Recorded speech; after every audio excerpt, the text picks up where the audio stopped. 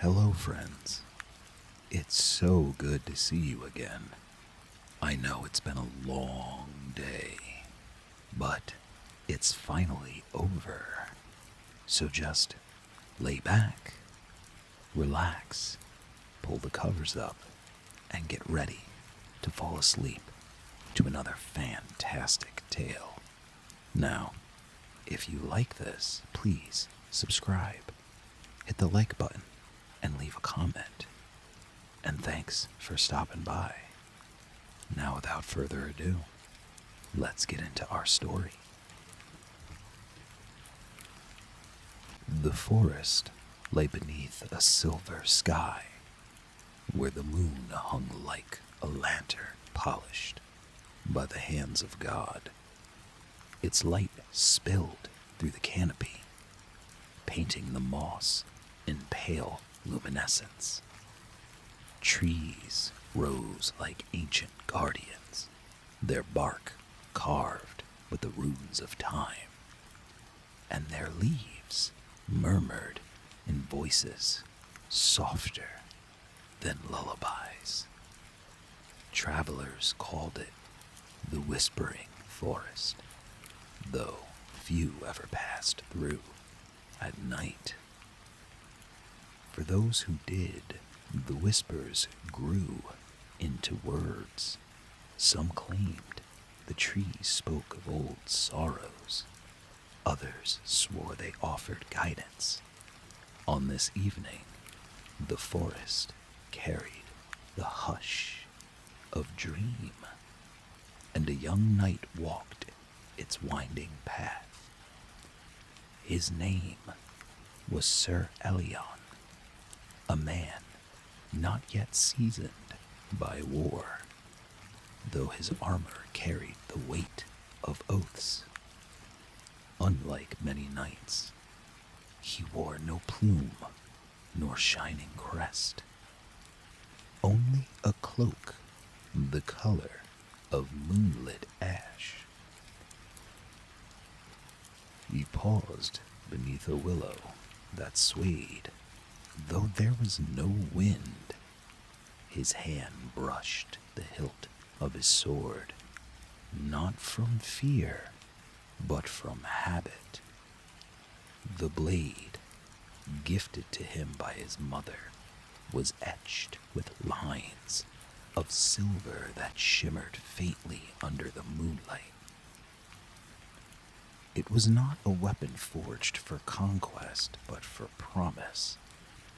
She said, "A knight is not a breaker of peace, but its keeper." The forest whispered to him now, as though echoing her voice. "You walk with care. You walk with kindness." Elian closed his eyes. He did not fear the voices. In truth, they eased his mind more than the silence.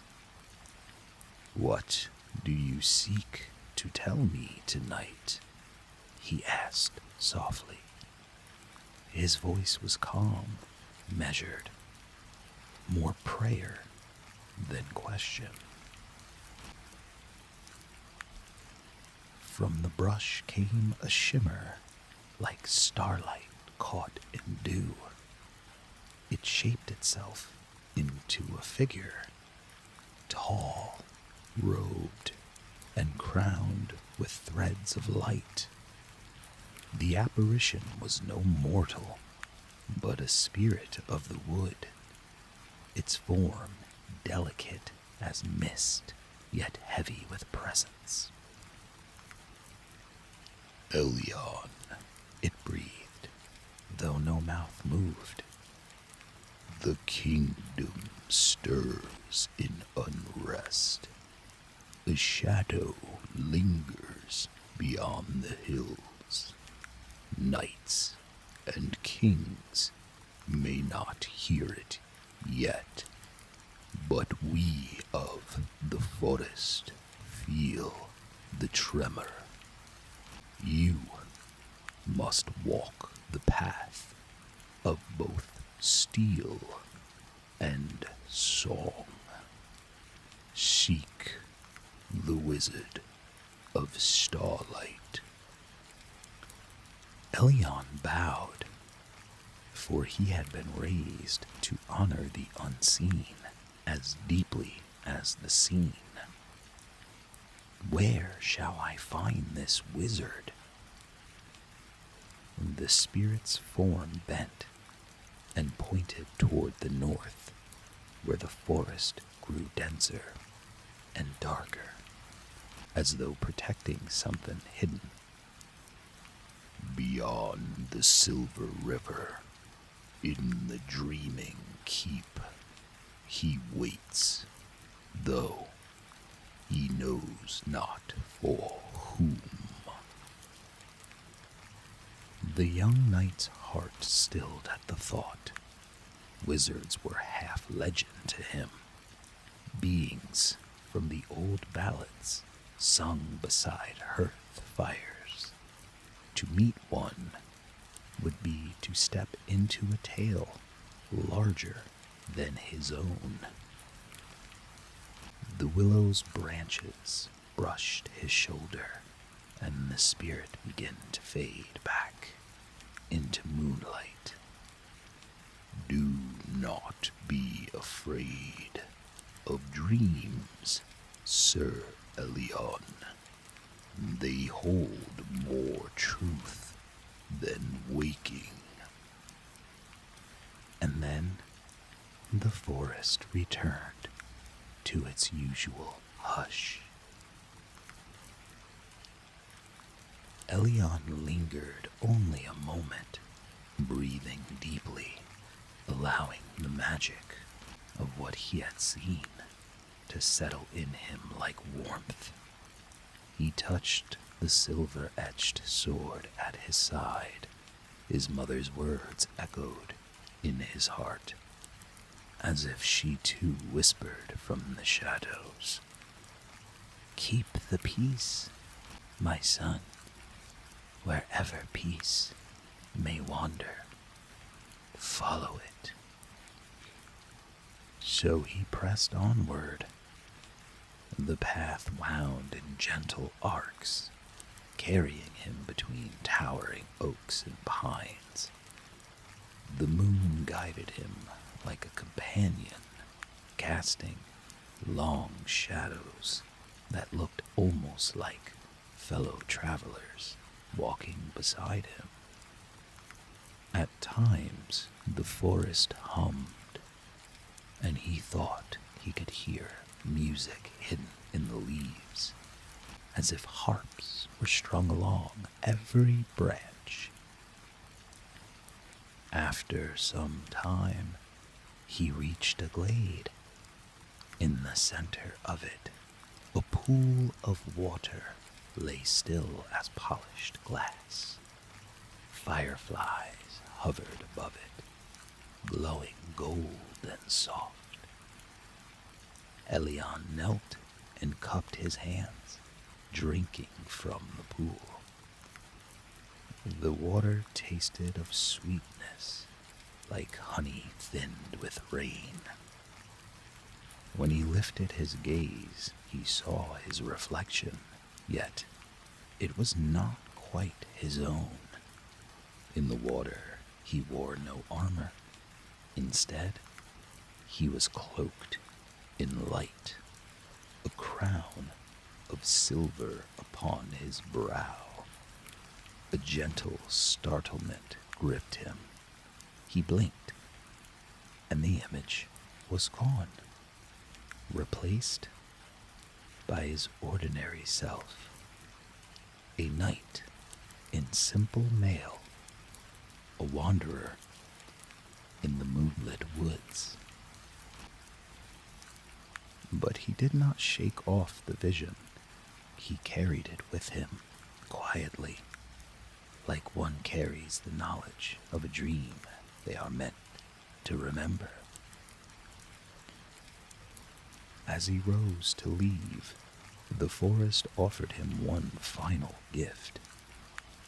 from the shadows stepped a white stag, tall as a steed, its antlers draped with strands of glowing moss. It watched him with eyes deep and calm, then dipped its head as though in greeting. Without sound, without fear, it turned and walked toward the northern dark. Elion followed, step by step. The night entered the deeper woods, where the air grew colder and the stars seemed nearer. He did not know what awaited him beyond the Silver River, nor what manner of wizard he was destined to meet. But he felt no dread, only a sense of quiet purpose and the peace that comes when one realizes they are walking not just through a forest, but into a story. And so the whispers of the trees carried him.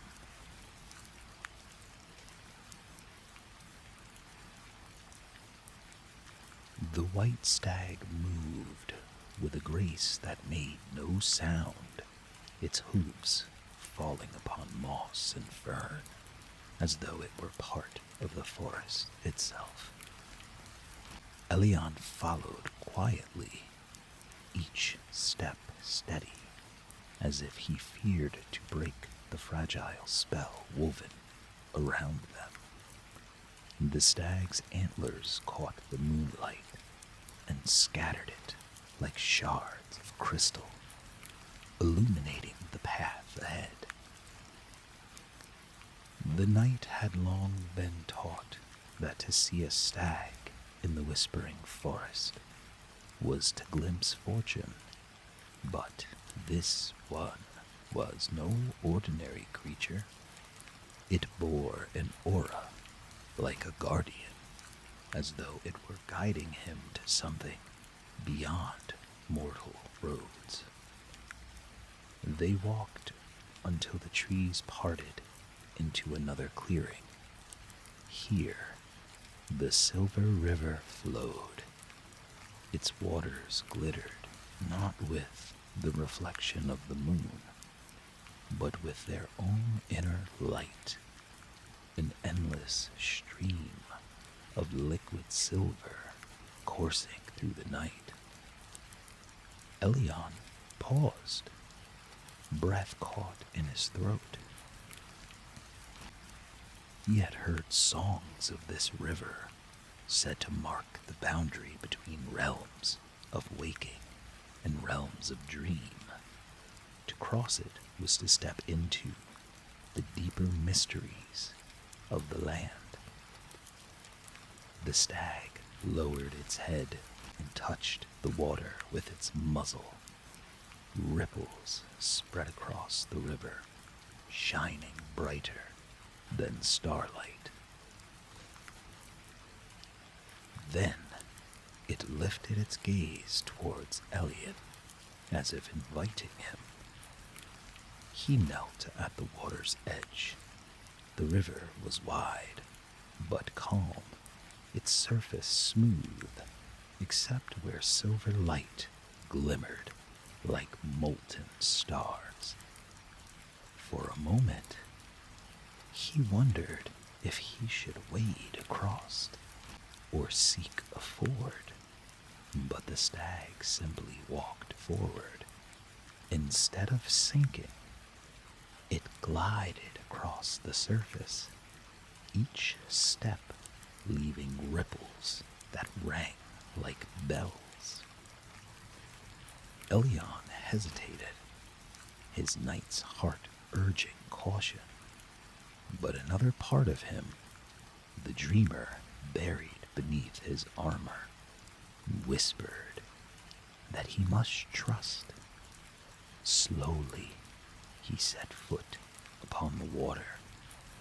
To his wonder, it held him. his boots did not sink. Instead, the silver gleam cradled him, carrying his weight with ease. Step by step, he crossed beside the stag, his heart swelling with a mixture of awe and reverence. When they reached the far bank, the stag halted and bowed its head once more. Elion raised a hand in quiet gratitude. Then, as swiftly as a candle's flame snuffed by wind, the stag dissolved into moonlight and was gone.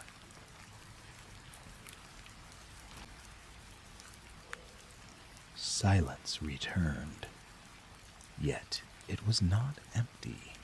It was the kind of silence one felt inside a cathedral, sacred, vast, alive with unseen presence.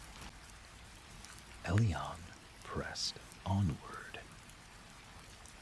Beyond the river, the trees thickened into towering spires, and the night deepened. Here the forest seemed to dream. Leaves shimmered faintly, as though they held fragments of starlight, and the air smelt faintly of lavender and rain. His footsteps no longer sounded harsh, but blended with the quiet rhythm of the woods. It was then he thought of his oath. Every knight swore one upon being anointed, but Elion had spoken his differently. He had not vowed to serve a single lord or king. He had sworn something gentler, but harder to keep.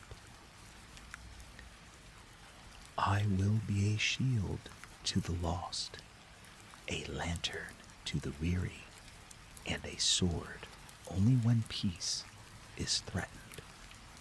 I will walk not to conquer, but to guard.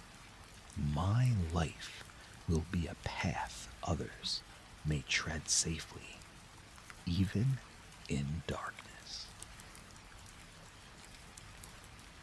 Those words returned to him now like an echo from his own soul. He wondered if the forest spirits had guided him here because of that very oath. Perhaps the wizard he was meant to find was not only for him, but for all who sought peace. He walked for what felt like hours, though time was softened by the magic around him. At last, he reached a rise where the trees opened to reveal a sight unlike anything he had known.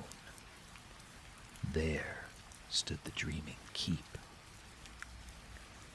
It was not a fortress of stone or iron, but of marble, pale as moonlight, with towers shaped like flowing ribbons reaching into the stars. Vines of silver, roses climbed its walls, glowing faintly.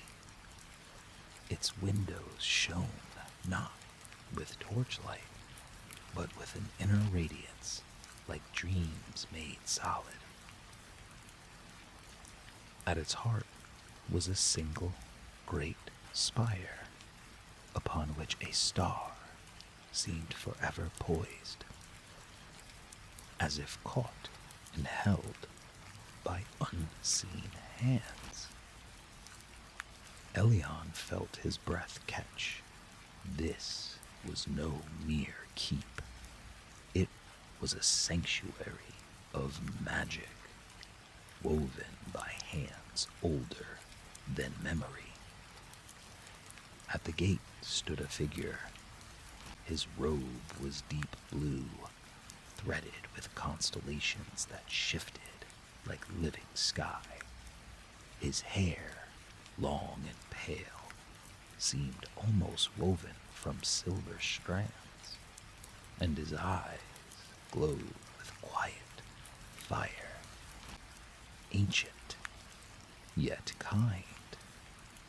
The Wizard of Starlight. Elion, the wizard said, as though he had been expecting him. His voice was soft but resonant, like water poured into a crystal bowl. You have walked through whispers, oaths, and rivers of silver. You come not as a conqueror, but as a seeker. Do you know why you are here? Elion bowed his head respectfully. Only that I was told to find you, that the kingdom stirs in unrest, and that you are part of what must be done. The wizard's lips curved into the gentlest of smiles. Indeed, the world dreams, but its dreams are troubled. Shadows seek to wake them into nightmares. We will need both sword and spell, knight and mage, to keep the dawn safe.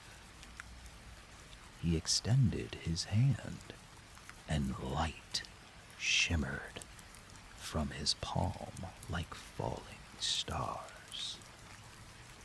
Come within, Sir Elion. Tonight, your true journey begins.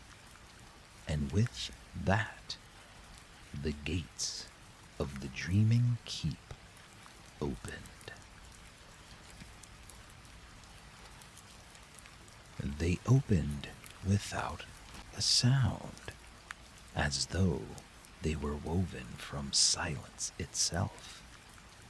Beyond them stretched a courtyard of pale stone, where fountains spilled not with water, but with liquid light that shimmered like moonbeams caught in glass. Flowers glowed softly in beds of silver, some opening, some closing, as if they bloomed to the rhythm of unseen lullabies. Elion stepped inside slowly, feeling as though he had entered the pages of a living legend. His boots left no sound on the marble path, and the very air around him seemed lighter, as though he walked within a dream more than a place. The Wizard of Starlight walked beside him. His robes moved like night skies, shifting from dusk to dawn. Constellations faintly glowing within their folds, though his face bore the calm of ages. His eyes were alive with brightness, sharp but kind, like fire tempered by patience. Few have crossed the Silver River, the wizard said softly, leading Elion deeper into the keep. It lies not only between lands, but between ways of being. Many knights ride toward war, kings chase power, and wanderers seek fortune. Yet you came here guided by whispers and trust. Do you know what that means? Elion hesitated, and then he spoke. Perhaps that I am not entirely a knight, but I was taught to be. The wizard's smile was faint, but approving. Or perhaps you are more than what you were taught. They passed beneath arches carved with runes older than memory. Elion glanced at them, trying to read their shapes, but they were beyond mortal tongue. Curves like flowing rivers, spirals like galaxies, symbols that seemed to shift when not looked at directly. He felt both humbled and comforted, as though the walls themselves carried blessings. At last, they entered a vast chamber, its ceiling stretching high, and above it shone not stone, but sky, real sky, alive with constellations, even though they were within the keep. In the chamber's center stood a round table carved from crystal. Upon it rested an orb of pure starlight, pulsing with gentle rhythm like the breath of the cosmos. This, The wizard said, resting his hand upon the orb, is the heart of dreams. It gathers what the world dreams each night. Visions, hopes, and the soft threads that bind all living souls. But of late, shadows have begun to curl within. Dreams are souring. Nightmares grow restless, as though they wish to seep into waking. Elion gazed at the glowing sphere. Within its depths, shapes formed and dissolved.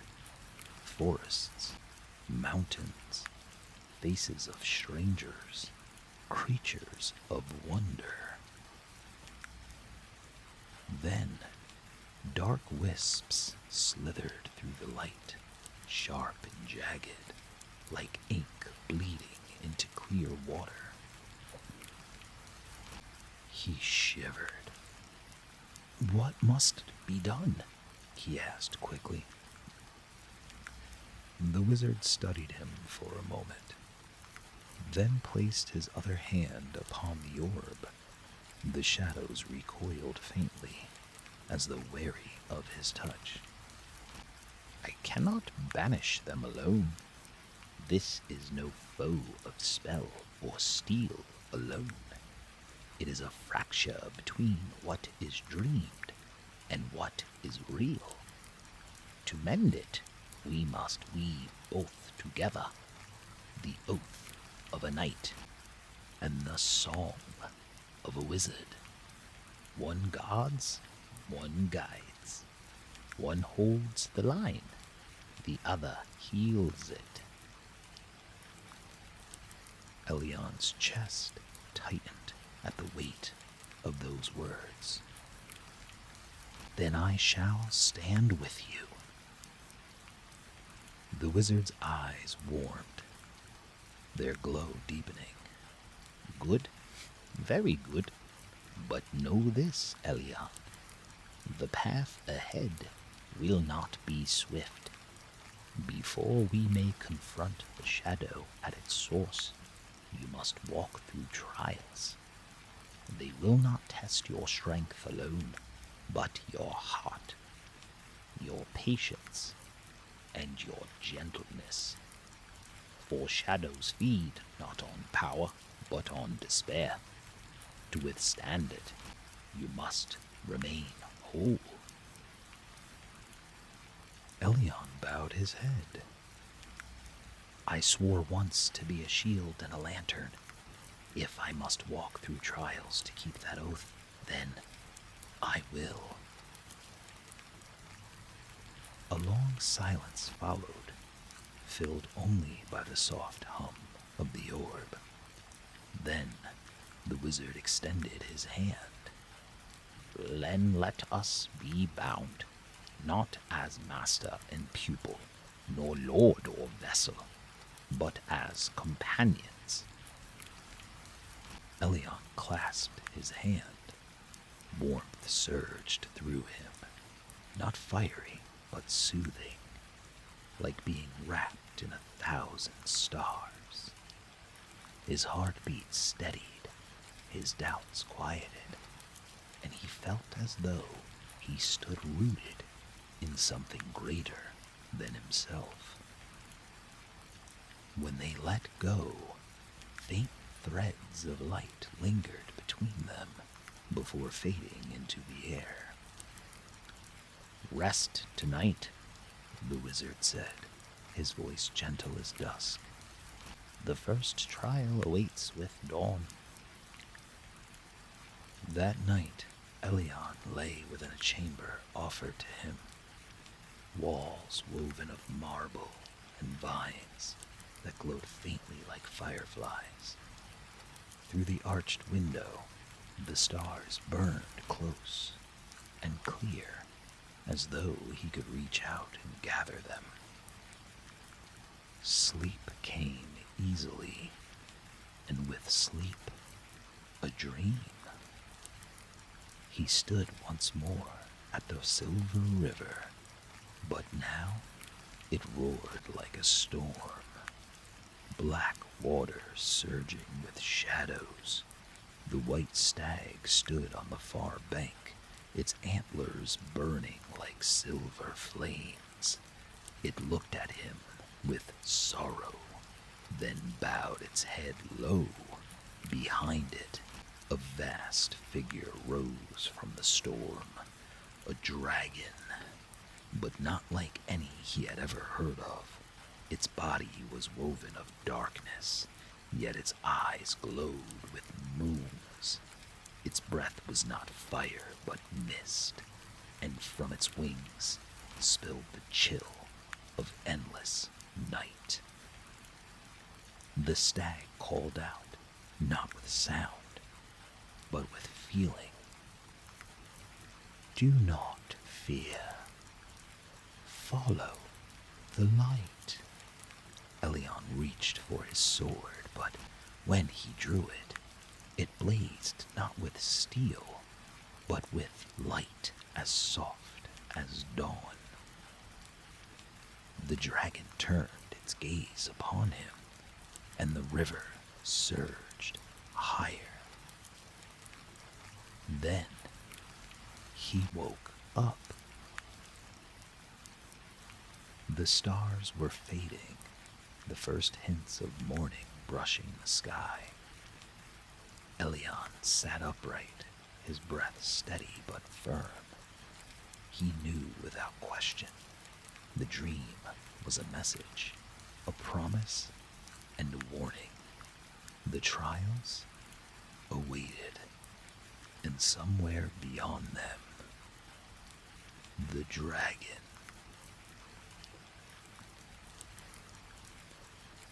Morning in the dreaming keep did not arrive with harsh sun or clamor, but with a slow unfurling light.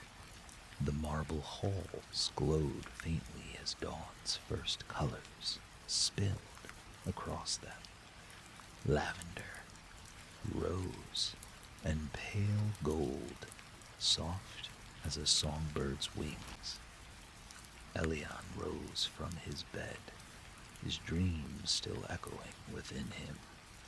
The river roaring, the stag's call, the dragon's eyes of moons. When he stepped into the courtyard, the Wizard of Starlight was already there, standing beside a fountain that shimmered like liquid crystal. He greeted Elion with a nod, his expression calm, but solemn. You dreamed? The wizard said, though Elion had not spoken a word of it. Yes, Elion replied softly. The river, the stag, and the dragon. The wizard closed his eyes briefly, as if listening to some distant music. Then it begins, as it should. The first trial lies at the Silver River. We must return there, for it is not merely a boundary you cross, but a mirror of the soul. What it shows you, you must face. Together, they left the keep, walking beneath the tall arches of Whispering Forest once more. The trees bent toward them like gentle hosts, their leaves rustling in hushed tones. Elion felt a strange mixture of peace and unease, comforted by the forest's embrace, yet heavy with the knowledge of the trial ahead. By midday, they reached the Silver River. Its waters shone bright in the sun, as though the very light of the sky had been poured into it. Unlike the night before, the river now moved swiftly, currents swirling like ribbons of molten glass. The wizard stopped at the bank. Listen well, Elion. The river reveals what lies hidden beneath one's armor. Not the metal on your body, but the armor of your heart. To cross it by day, you must step into yourself as much as into its waters. What you see may comfort or terrify, but you must not turn away. Elion breathed deeply, gripping the silver-etched sword at his side. And if I falter? The wizard's eyes glowed faintly. Then you will drown, not in water, but in despair. But I do not believe you will falter. The words held no flattery, only quiet trust. Elion nodded, then stepped into the shallows. The river was cool, and as he waded deeper, the current swirled around him. At first, it felt like water, but then, like memory, images formed in ripples. His mother's face, soft and kind, whispering blessings upon his blade, the laughter of children in his village, the banners of kings he had once sworn to serve, all shimmered and dissolved. Then, darker shapes rose, a battlefield, charred and broken, faces he had failed to protect, shadows crawling like smoke across the ground. His chest tightened, and he stumbled, nearly losing his footing. The wizard's voice carried across the water, calm but strong. Do not flee it. Let it pass through you. It is only truth, not end. Elion steadied himself. He forced his breath to slow, to move like the current instead of against it. The shadows clung to him, whispering doubts. You are too gentle, too untested. You cannot stand against what is coming. His hand went to his sword, but when he drew it, The blade shone with dawn light, just as it had in his dream.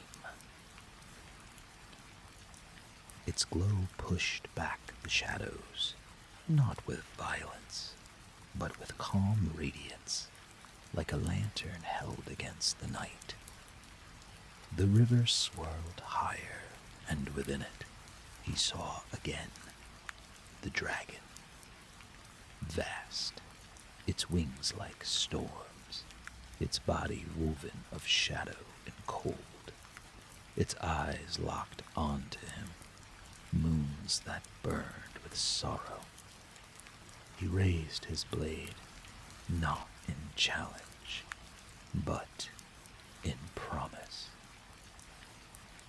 "I will not flee you," he whispered. "I will not let fear rule me." The dragon opened its mouth, and a roar shook the riverbed. But instead of fire, instead of ruin, it loosed a sound like thunder softened into a sigh. A cry, not of fury, but of grief. The water surged, then fell still. Elion found himself standing on the far bank, his blade dimmed back to silver steel. The wizard stepped beside him, placing a hand upon his shoulder. "You faced it, not with conquest, but with courage. That is the way forward." Elion's breath came slow, steady. His heart still trembled, but no longer from fear. He looked at the river, now calm once more, flowing silver and serene. Was the dragon real?" he asked. The wizard's gaze lifted to the sky. "As real as dreams, as real as despair, and perhaps as real as you and I." He paused, then added softly, "We will know in time." For a moment, they stood in silence, the river singing gently beside them. Elion felt both smaller and greater than he had before, humbled, yet steadier. The wizard turned, his robe shimmering like nightfall. "Come, there are more trials to face, and beyond them, truths that will weigh heavier than any armor." Elion followed, but he cast one last glance at the silver river. Its light danced upon the air, and he thought he heard, just faintly, the whisper of the stag. "Do not fear.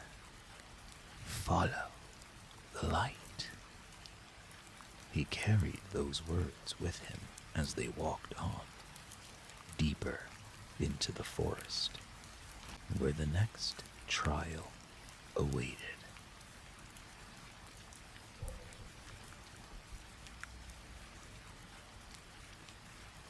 The path back toward the dreaming keep wound gently through the forest, yet Elion felt changed, as though each step he took landed upon ground both real and imagined. The trial of the Silver River still hummed within him, like the echo of a song not yet finished. His sword, ordinary again in appearance, felt warmer against his side, carrying some remnant of its glow. The Wizard of Starlight walked at his shoulder, quiet though Elion sensed the weight of his thoughts. The silence between them was not uneasy. It was the silence of two travelers, bound by something larger than words. By dusk, the keep rose before them once more, its spires gleaming pale against the twilight. But this time, Elion noticed something new. The marble seemed softer, almost translucent, and the stars woven into its towers flickered faintly, as though the keep itself breathed. Inside, they crossed the courtyard and entered a hall Elion had not yet seen.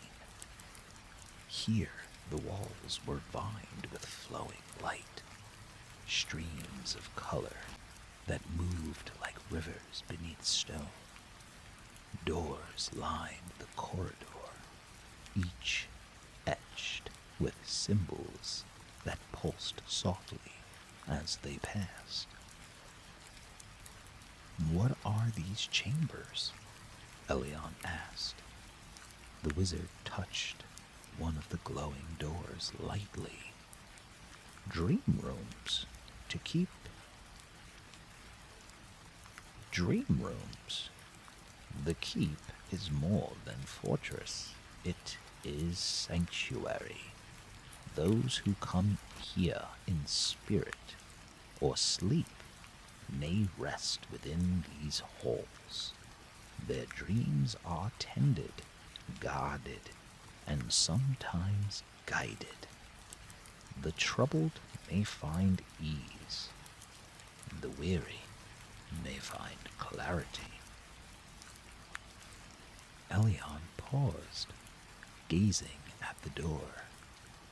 Behind it, faint murmurs drifted like the quiet breath of someone dreaming. "So, are others here as well?" "In their own ways," the wizard replied. "Most will never remember their visit.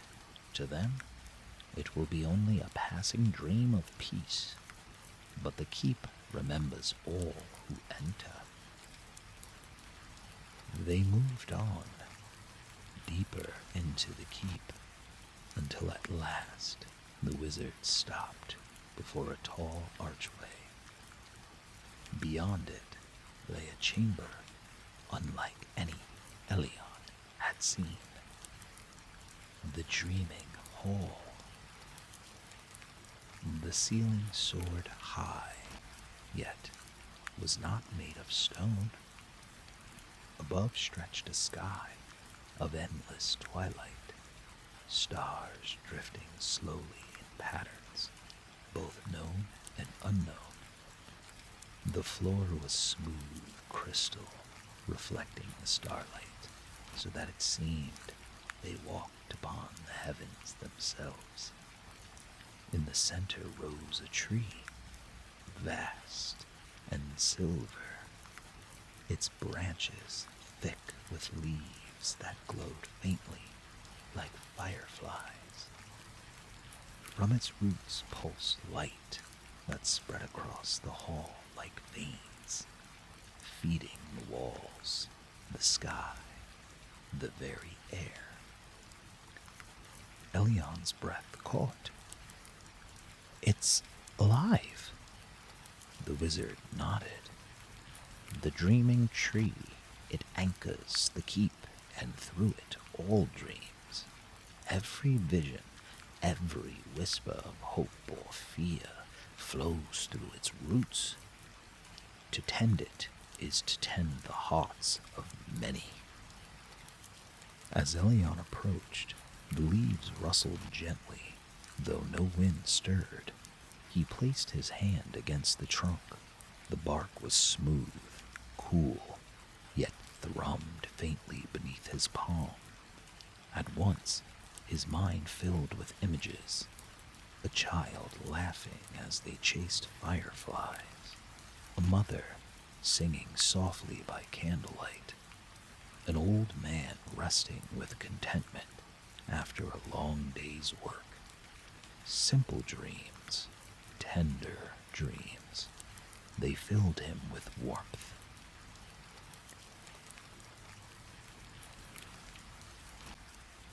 But then, darker strands flickered through. A child crying in endless corridors. A warrior lost on a battlefield that never ended.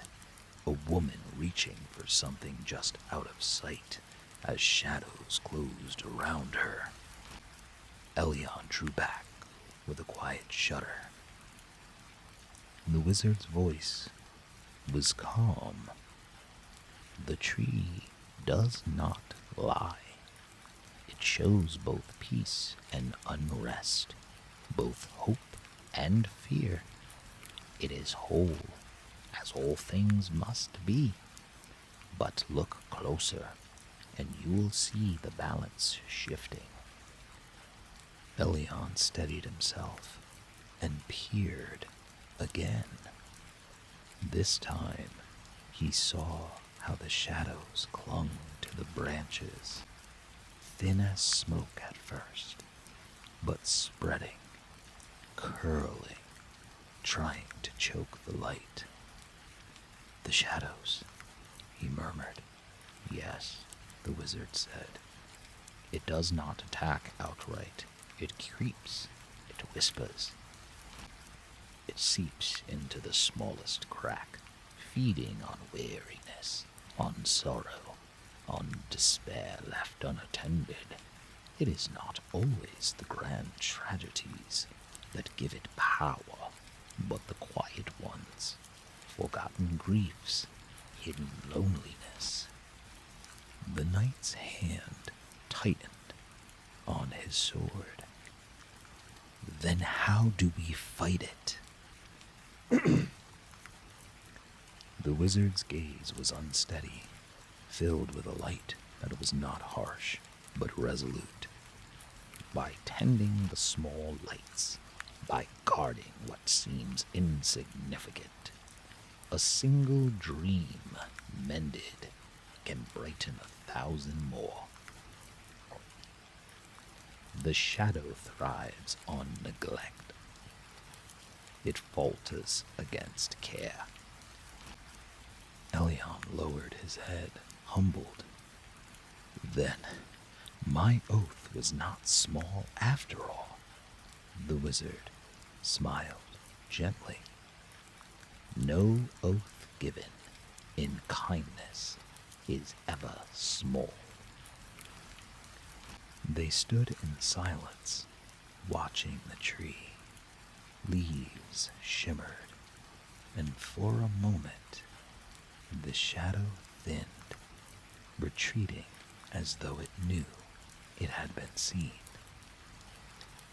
Elion felt hope stir within him, fragile yet real. That night he rested once more in the keep, but his sleep was different now. Softer, deeper. He dreamed of walking beneath the dreaming tree's branches, its leaves falling like silver rain. Each leaf that touched him carried warmth, and with it voices, whispers of peace, of laughter, of gentle nights unbroken by fear. When he woke, dawn had come again, and he knew the trials ahead would grow harder. Yet, he also knew the truth. Even in shadow, light endured, and that was enough to steady him.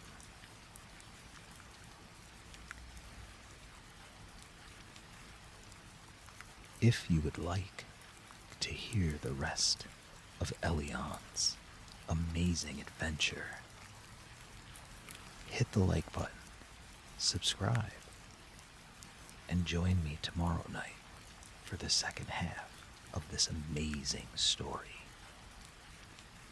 Thank you for stopping by, and I can only hope that my farewell falls on sleeping ears.